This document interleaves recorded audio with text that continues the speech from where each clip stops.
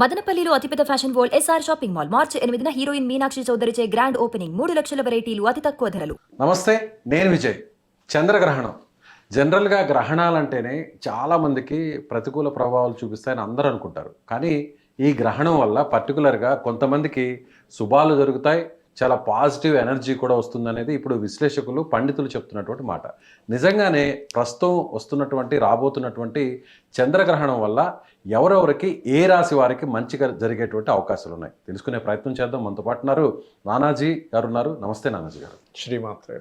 So Nanaji Patnaik గారు, ఇప్పుడు చాలామంది కూడా అందరూ నెగిటివ్ గురించే మాట్లాడుతున్నారు. పాజిటివ్, ఈ గ్రహణం వల్ల పాజిటివిటీ ఎవరికి వచ్చే అవకాశం ఉంది, ఏ రాశి వారికి మనకి మంచి జరిగే ఛాన్స్ ఉంది? మనకి శాస్త్రంలో చెప్పింది ఏంటంటే 3, 6, 10, 11 స్థానాల్లో గ్రహణం పడితే మంచిది. 3వ స్థానం అంటే మిథునానికి 3వ స్థానంలో పడుతుంది కాబట్టి ప్రయత్నం సక్సెస్, అంటే వీళ్ళు ఏదైతే ప్రయత్నం చేస్తుంటారో. అయితే ఎంతైనా గ్రహణ ప్రభావం ఎంతో కొంత మైనస్ ఇస్తుంది కాబట్టి కమ్యూనికేట్ చేసేటప్పుడు జాగ్రత్తగా ఉండాలి. ఇక తులవారికి అన్ని రకాల లాభాలు 11th హౌస్లో గ్రహణం కాబట్టి. అయితే లాభాలు కదా అని చెప్పి ఒక్కోసారి కొంతమంది ఏం చేస్తారంటే ఈజీ మనీ కోసం అన్ని లాభాలు వస్తున్నాయి కదా, ఈజీ మనీకి జోలికి వెళ్ళకూడదు. వృశ్చికం వారికి ఎంతో కాలంగా దశమ స్థానంలో కేతు సంచారం జరుగుతున్నటువంటిది గ్రహణం పట్టినందుకు ఇక్కడ ఉద్యోగ ప్రయత్నాలు సక్సెస్ అవుతాయి, ఉద్యోగంలో కొంత బాగుంటుంది. ఇక మీనరాశి వారికి డైలీ లైఫ్లో ఉండేటువంటి కొన్ని ఆటంకాలు తగ్గి వీళ్ళకు కూడా కొంచెం కెరియర్ పరంగా బాగుంటుంది. ఇక అక్కడ 5, ఇక్కడ 4 అయిపోయాయి. సో మనకి ఆల్మోస్ట్ 5 + 4 9 రాశులు అయిపోయి, మిగిలిన 3 రాశులే. ఆ 3 రాశులు ఏంటి అంటే వృషభం వారికి న్యూట్రల్, కాకపోతే వీళ్ళు ఏదైనా ప్రాపర్టీ తీసుకునేటప్పుడు చూసుకోవాలి.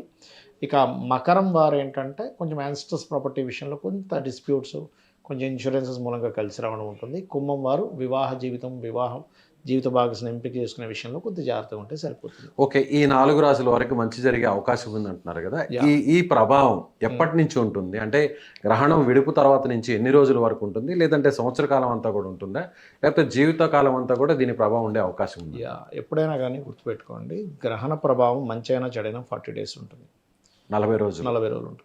ఇక్కడ ఏంటంటే ఈ చంద్రగ్రహణం పడుతున్నందుకు ఇది దేశ సంబంధించిన వాటి మీద ఉంటుంది, మనిషి మీదే కాదు.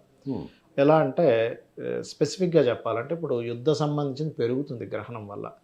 ఏ దేశాల్లో అయితే సంపూర్ణంగా గ్రహణం కనబడుతుందో ఆ దేశాలు ఎక్కువ ఎఫెక్ట్ అవుతాయి. మనకి స్వల్పంగానే కనబడుతుంది కాబట్టి మన ఇండియా తక్కువ ఎఫెక్ట్ అవుతుంది దీనివల్ల.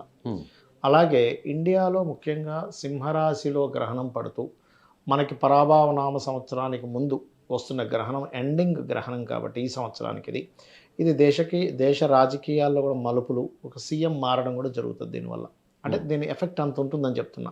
అంటే గొప్ప వాళ్ళు మన లాస్ట్ టైం కూడా చెప్పుకున్నాము, మన విశ్వవసునామ సంవత్సరం ప్రారంభంలో చెప్పుకున్నాం, ఇది కొంచెం పెద్ద నాయకుల మీద ఎఫెక్ట్ అవుతుందని. అదేవిధంగా మనం చూసుకున్నట్లయితే 1-2 చనిపోవడం ఇవన్నీ కూడా జరిగింది. అయితే ఇక్కడ ఏంటంటే మంచి రాసులు మంచి జరిగేవి మాత్రం మిథునము, తుల, వృశ్చికము అండ్ మీనం. ఈ రాశుల వారికి మంచి జరుగుతుంది. సో మిథునం, తుల, వృశ్చికం, మీన రాశి, ఈ 4 రాశుల వాళ్ళకి ముఖ్యంగా ఆర్థికంగానే కాకుండా అలాగే పెళ్లి విషయాల్లో కావచ్చు, లేదంటే ఏదైనా పెట్టుబడులు పెట్టేటువంటి విషయాల్లో కావచ్చు, ఇలా అన్ని రకాలుగా కూడా అనుకూలంగా ఉంటుంది అని అంటున్నారు. వీళ్ళు ప్రత్యేకంగా ఈ గ్రహణ సమయంలో ఏదన్నా కొన్ని నియమాలు పాటించడం కానీ, ఏదన్నా మంత్రోచ్చరణలు కానీ, ఏదన్నా దైవాన్ని ఆరాధించడం చేయాలంటారు? 12 రాశుల వారు కూడా నియమాలు పాటించాలండి. గోల్డెన్ ఆపర్చునిటీ, సాధన చేసుకునేటువంటి సమయం. మన సనాతన ధర్మం అంతా కూడా సాధనా మార్గాలు చెప్పాయి. ఇప్పుడంటే కొంచెం లౌకికంగా ఈ పూజ చేస్తే ఈ ఫలితం వస్తుంది. నేను అడిగాను గురువు గారు, ఇప్పుడు 5 రాశుల వారికి నెగిటివ్ ఎనర్జీ వస్తుంది అంటే దాని ఇంపాక్ట్ ఉంటుంది అంటున్నారు కదా. వీళ్ళు ప్రత్యేకంగా కొన్ని మంత్రోచ్చరణలు, జపాన్లు చేయడం, దేవుడిని ఆరాధించడం ఆ సమయంలో చేయాలి అంటారు. అలాగే అనుకూలత కలిగేటువంటి వారు కూడా ఆ రాసుల వాళ్ళు, అలాగే మిశ్రమ ఫలితాలు తటస్థంగా ఉండేటువంటి వారు కూడా జపాలు, దేవుణ్ణి ఆరాధించడం ఆ సమయంలో చేయడం మంచిది అంటారా? మంచిదే, చేయాలంటే ఇప్పుడు అనుకూలించేవి మనం మిథునం చెప్పుకున్నాం. మిథునం వారు లలిత అమ్మవారి స్తోత్ర పఠనం చేసుకుంటే మంచిది. అండ్ మనకి తులవారు దుర్గా ఆరాధన, వృశ్చికం వారు కాలభైరవుడి యొక్క ఆరాధన, మీనం వారు రాజరాజేశ్వరి అమ్మవారి యొక్క ఆరాధన చేసుకుంటే మంచిది. ఏ మంత్రాన్ని జపించడం మంచిది అంటారు ఈ 4 రాసుల వారు? పర్టికులర్గా ఇప్పుడు ఇక్కడ ఏంటంటే పాజిటివే ఉంది, నెగిటివ్ లేదు కాబట్టి కొంచెం చూసుకుంటూ వెళ్తే, ఇప్పుడు మనం మిథునం ఉందనుకోండి, లలితా సహస్రనామాల్లో ఓం కామేశ్వర ముఖాలోక, లేదన్నట్లయితే ఓం కర్పూర వీటి కామోద సమాకర్ష దిగంతరాయ నమః చేసుకోవచ్చు. అండ్ తులవారు అన్ని రకాల లాభాలు ఇంకా బాగా రావాలి అంటే ఓం ఇంద్రగోప పరిక్షిప్త స్మరతూనా భజంగికాయ నమః.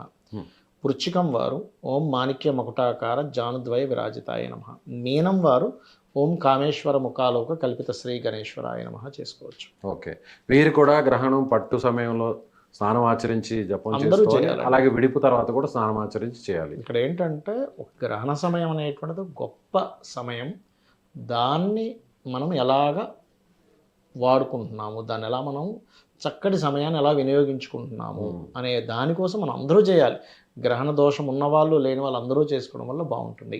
అది అలా చాలా మంది కూడా గ్రహణాన్ని నేరుగా వీక్షించకూడదు అనేటువంటి విషయాన్ని కూడా చెప్తుంటారు. సో అది ఏ రాశి వారైనా కూడా అలా వీక్షించడం వల్ల ఏదన్నా నెగిటివ్ ఎనర్జీ ఏమన్నా వచ్చేటువంటి సూర్యగ్రహణానికే ఆ రేస్ వల్ల ఇబ్బంది ఉంటుందండి. మసి లేకపోతే ఫిలిం పెట్టి చూస్తాం. చంద్రగ్రహణానికి ఆ దోషమే ఉండదు. కాకపోతే ఏంటంటే ఇప్పుడు ఖగోళంలో ఒక అద్భుతం జరుగుతుంది అని సైంటిఫిక్ కోణంలో చూసేవాడు వీక్షించండి, చాలా అందమైనటువంటి టెలిస్కోప్ ద్వారా చూడండి అని చూస్తుంటాం. చెప్పని అది తప్పేం కాదు. కాకపోతే నేను అనేది ఏంటంటే ఇక్కడ సూర్యకిరణాలు మనకి ఉదయం నుంచి వస్తాయి. ఆ సూర్యకిరణాలని ఒడియాలు ఎండబెట్టుకునేవాడు ఒడియాలు ఎండబెట్టుకుంటాడు, సూర్య నమస్కారాలు చేసుకునేవాడు నమస్కారం చేసుకుంటాడు. అవునా? ఎవరికి తగ్గ వారికి ఆ తగ్గినట్టుగా వాళ్ళు సూర్యకిరణాలని సైంటిఫిక్గా అర్థం చేసుకున్నాడేమో విటమిన్ సి వస్తుంది అనుకుంటాడు, లేదా విటమిన్ డి వస్తుంది అనుకుంటాడు. దాన్ని ఇంకో రకంగా అర్థం చేసుకునేవాడు బట్టలు ఆరేసుకుంటాడు. దైవంగా చూసేవాడు నమస్కారం చేస్తాడు. ఈ గ్రహణాన్ని ఇంకో కోణంలో చూసేవాడు అద్భుతం, అబ్బా నిజంగా అద్భుతం అని చూస్తాము. ఒక దీని పరంగా చూసుకుంటే గ్రహణం లెక్క కట్టడం కొన్ని వేల లక్షల సంవత్సరాల నుంచి కడుతున్నాం. అంటే ఎంత క్యాలిక్యులేటివ్గా కడుతున్నాం మనం అనేది ఒకసారి అర్థం చేసుకోవాలి. ఎంత క్యాలిక్యులేటివ్గా కడుతున్నారంటే దాని విశేషం కూడా అంతే అర్థం చేసుకున్నారు మహర్షులు అవి.